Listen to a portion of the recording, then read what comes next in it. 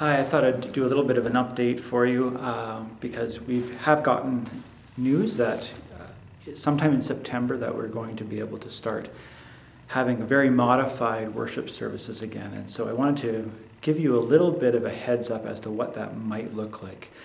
Up to this point, what we have been doing is doing recorded services, and then we've used Zoom to help broadcast that out to everybody. And what we have done is that it's just been myself, it's been Elaine or a musician, and then we've used members of the choir and given preference to those members of the choir who are willing to do readings and do prayers of the people. Just to simplify things, we just found it too hard to try to figure out to make a more complicated rotation of people. So the choir is used to helping to encourage the congregation to worship, and so we've used the choir to help bolster our recording. So that's the reason that we've done that. But now we're going to be able to open things up a little bit, and we're not sure exactly how all that's going to work, but we are going to give you a little hint as to what that might look like. So I'll give you a bit of a walkthrough. So when you first arrive at the church, you are going to be coming in this door, and there will probably be someone with a table either on the outside or on the inside. And so what we're going to do is voluntarily take people's names, and if you choose to let your name stand, then we'll have a record of who's been there. So if all of a sudden we had a case of COVID-19, we could call out and let everybody know about that they've been potentially exposed to that. So there's a voluntary name. You will be asked that you have taken the assessment tool online from AHS, that you have sort of made sure that you haven't been outside of the country in the last 14 days, that you haven't been exposed to anyone who has had COVID-19, that you don't have any symptoms that are COVID-like. So this is the kind of thing that we'll be asking you. So there'll be a table. People just say, yes, I've taken the online assessment, and here's my name and phone number just to keep a record of who's been there. So then you're going to be coming inside.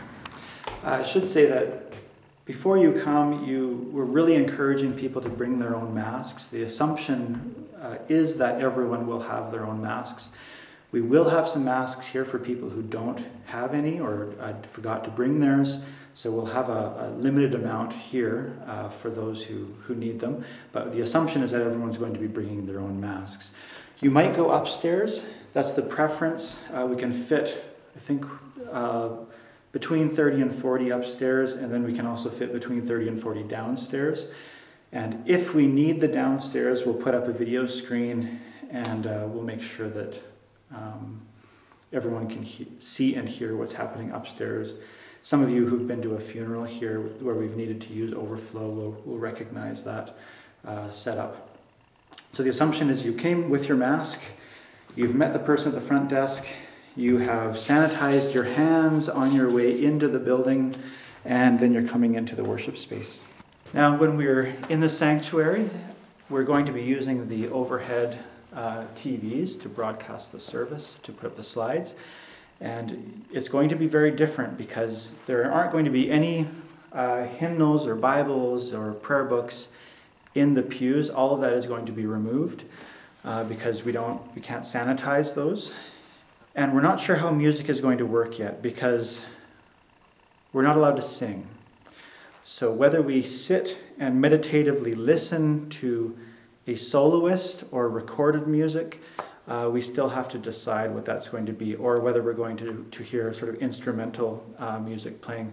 We're not sure what that's going to look like yet. And that is one of the things that is going to be very strange as we gather together. The other thing is that you're going to be guided by an usher or a sides person to sit in the pew, and they're going to make sure we're having trained volunteers to make sure they're sitting people at a distance, making sure we're maintaining the 6 foot distancing rule, 6 foot 2 meter distancing rule.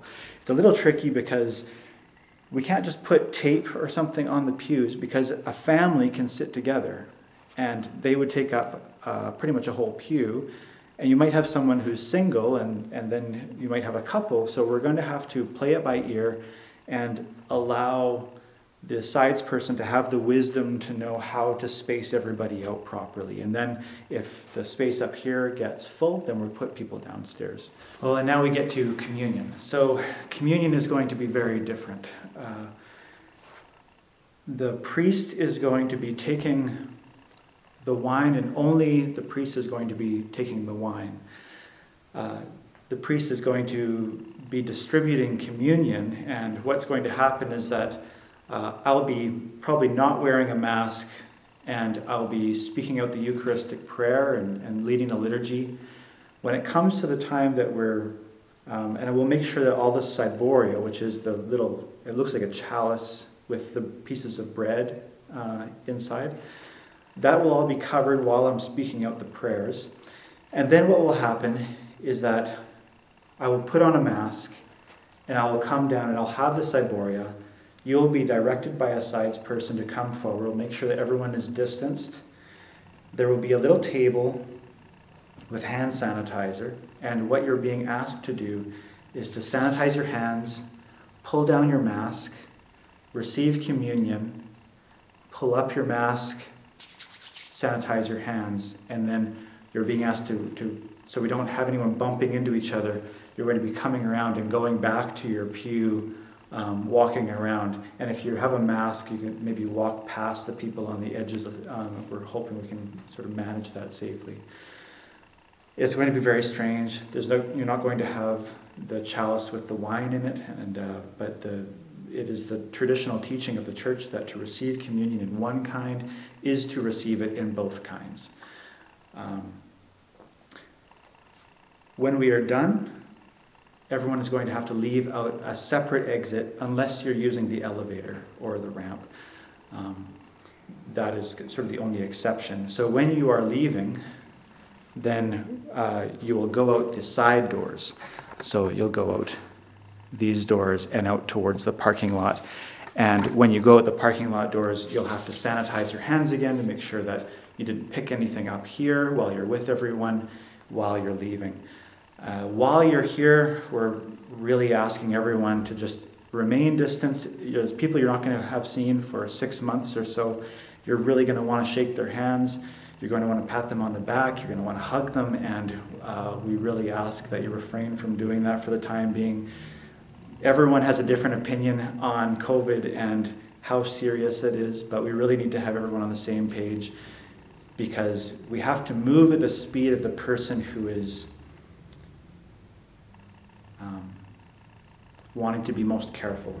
So we don't want to force anyone into a place where they are not comfortable. I hope that gives a little bit of a run through. I know we'll do some more teaching, and I'll put out another video with a lot more detail, but this is the general idea of what that's going to look like. We'll probably have a basket on the exit for people to give donations, and we'll have someone watching that. There's lots of little details like that we'll have to make everyone aware of. But that gives the overall general idea of what it's going to be like. There's going to be some people who probably don't want to come. They're not going to feel safe coming. And for those people, what we're going to do is we're going to see if we can try to make it live streaming so that you can watch live when we're doing worship. Or we'll also try to record that so you can watch it at a later time if that's not convenient for you. Or we'll do a recording that can be put out that you can watch in place of being able to be present.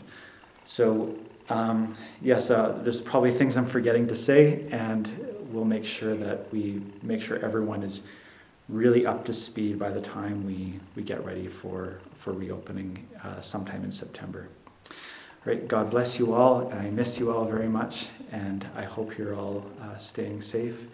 And I really appreciate your prayers for myself and for one another and for our church and for the world.